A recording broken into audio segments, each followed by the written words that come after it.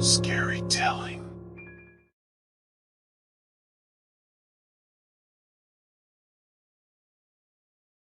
I always thought that Ouija boards were just harmless toys, something to play around with on a lazy afternoon. But that all changed when I found out about what happened to my family. It all started with my mom's sisters, my aunts. They were raised in a Catholic household, but like any young people, they were curious about the unknown. One day, they found a Ouija board and decided to give it a try.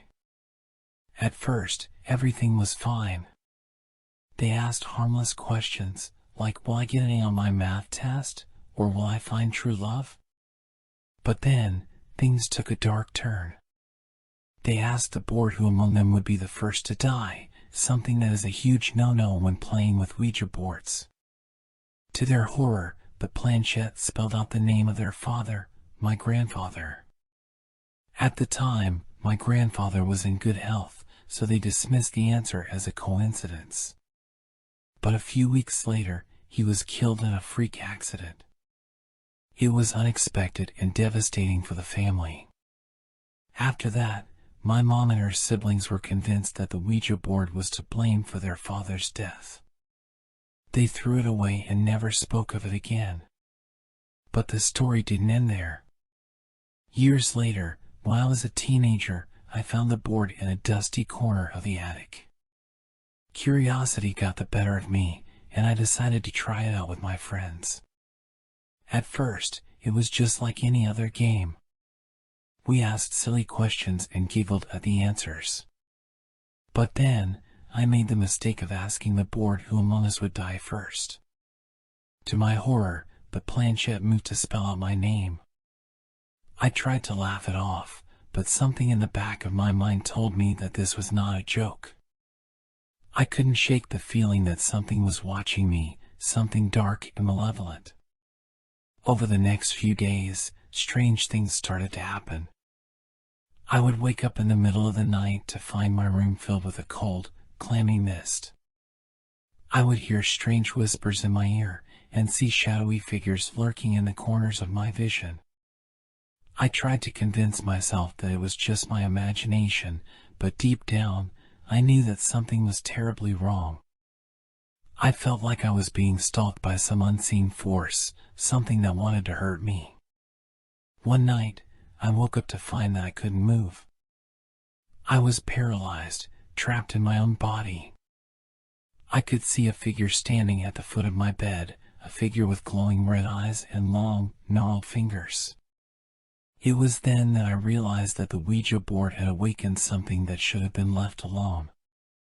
I had opened a door to the unknown, and now I was paying the price. I knew then that I had to get rid of the board, but it wasn't going to be easy.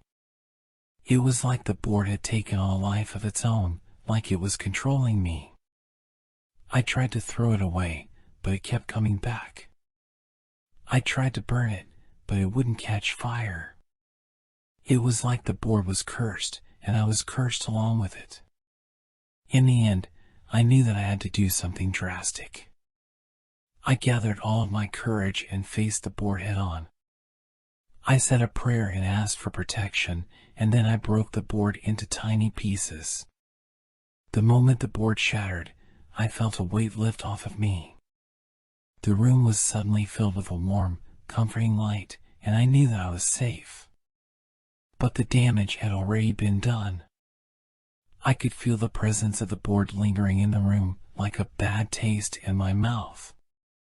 I knew that I would never be able to forget the horrors that I had experienced. From that day on, I became a believer in the paranormal. I realized that there are some things in this world that are best left alone, things that should never be played with. But the memory of that night still haunts me, and I wonder if the board is truly gone for good. I can only hope that I never have to face the horrors of the Ouija board again. The fatal game that nearly claimed my life and sanity.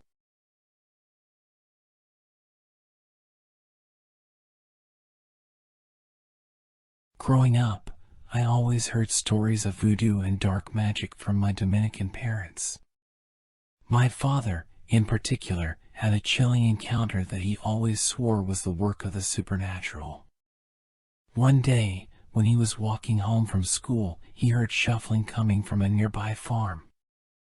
Curiosity getting the best of him, he turned to look and saw a man walking in the field with blood dripping from his mouth and a dead look in his eyes. My father froze, unable to move or scream. The man seemed to be walking directly towards my father, but he was too scared to run. As the man got closer, my father noticed that he was missing a shoe and had a piece of twine tied around his neck. The man's appearance was so gruesome that my father was convinced he was a ghost or a demon. When the man was just a few feet away, he suddenly turned and walked away, disappearing into the field. My father ran home as fast as he could, too scared to look back. Later, my father found out from the newspaper that the man had been reported missing for 2 weeks, and the coroner had confirmed his death 4 days earlier. My father was convinced that dark magic had played a part in the man's gruesome death and that he had encountered a voodoo man. After that experience, my father became paranoid and started carrying around a protective talisman. He even sought out a local santera, a practitioner of Caribbean folk magic, who performed a cleansing ritual on him to rid him of any lingering curses or hexes. Years passed, and my father never encountered anything like that again, but the memory of that day always stayed with him. He never forgot the fear he felt, the image of the bloody man walking in the field, and the feeling of being so close to death. To this day, my family still talks about the voodoo man, and I can't help but wonder if there really are dark forces at work in this world, beyond what we can see or comprehend.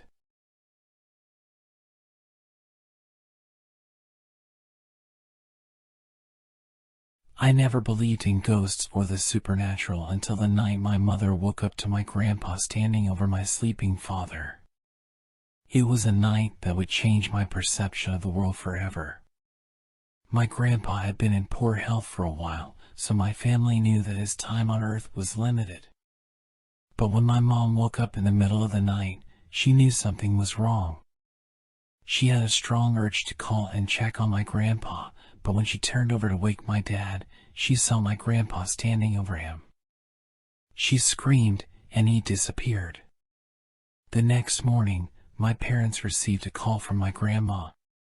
My grandpa had passed away in the middle of the night, just moments before my mom saw him standing over my dad. My mom was convinced that it was a sign from my grandpa, a final visit before he passed on to the other side.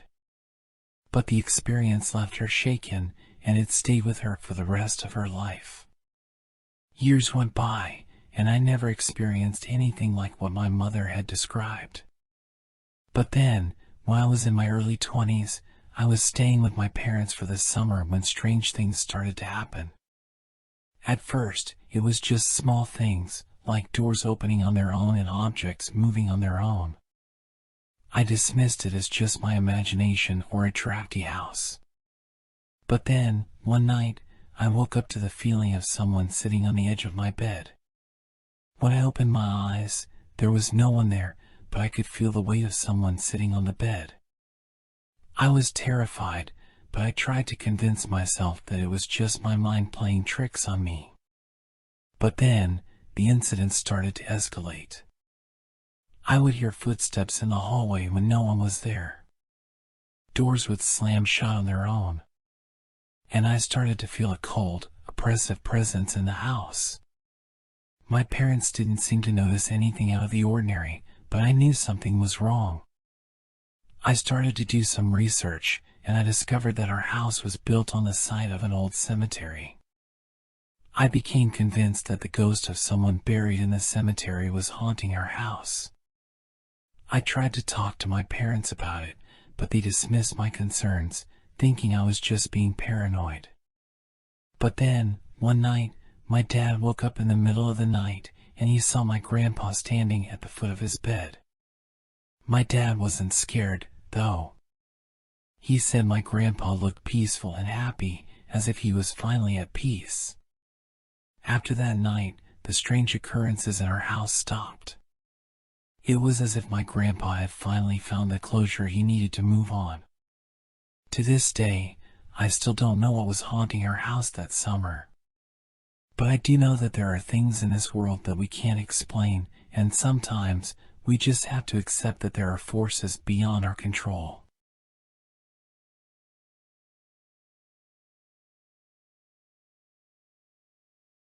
I always loved visiting my grandfather's house. It was filled with all sorts of clocks and watches, from antique pocket watches to modern digital ones. My grandfather was a jeweler, and he had a special talent for fixing and restoring timepieces. He was always tinkering away in his workshop, surrounded by the ticking and talking of the clocks.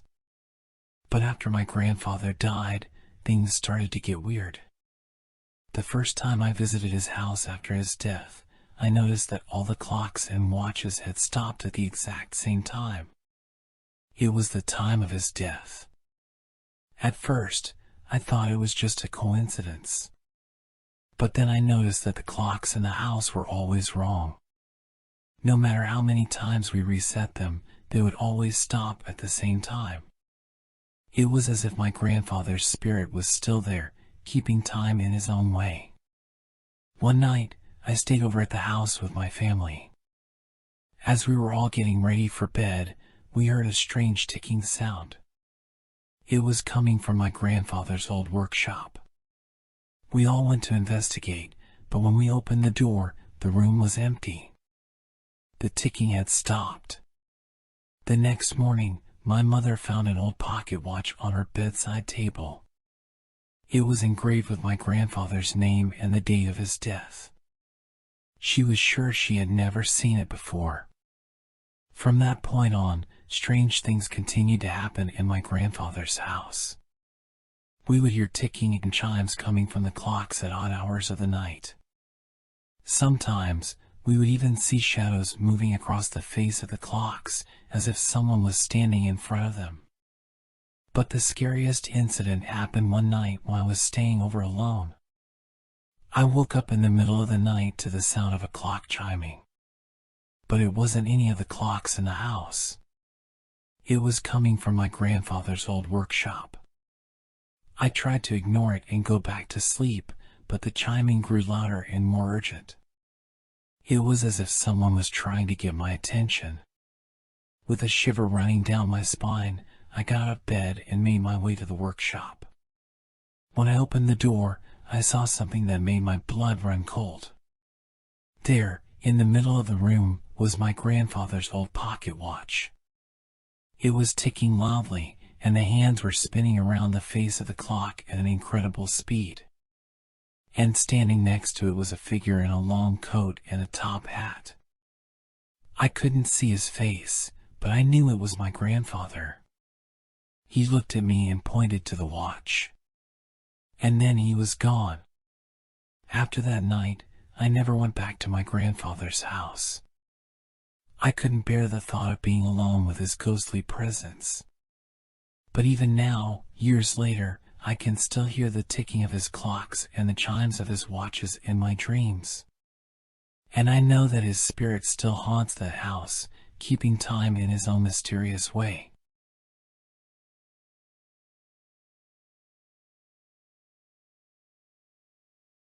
I never really believed in heaven or hell. To me, they were just concepts used to explain the afterlife. That is, until I heard my grandma's uncle's story. According to my grandma, her uncle was a good man, but he had a bit of a temper. He was also a smoker and had a few too many drinks from time to time. One day, he went in for open heart surgery. The surgery went well, but something happened during the recovery process. While my grandma's uncle was recovering in the hospital, he flatlined. The doctors were able to bring him back, but he had a story to tell. He said that during those few minutes when he was clinically dead, he had an out-of-body experience. He found himself falling down a long, dark tunnel. It was unbearably hot, and he knew right away that he was headed to hell. As he kept falling, he saw figures passing him by. They were all screaming and crying, but he couldn't make out their faces. They were all shrouded in darkness. Eventually, my grandma's uncle landed in a place that was even hotter than the tunnel. He looked around and saw nothing but flames and darkness. He could hear screams coming from every direction. He knew that he had reached hell. As he was about to resign himself to his fate, a voice spoke to him. It told him that it wasn't his time and that he needed to go back. Suddenly, he was pulled up through a white tunnel and thrown back into his body. My grandma's uncle was never the same after that experience. He became more religious and was convinced that he had seen a glimpse of what awaited him after death. He would often say that he knew what hell looked like and that he would do anything to avoid it.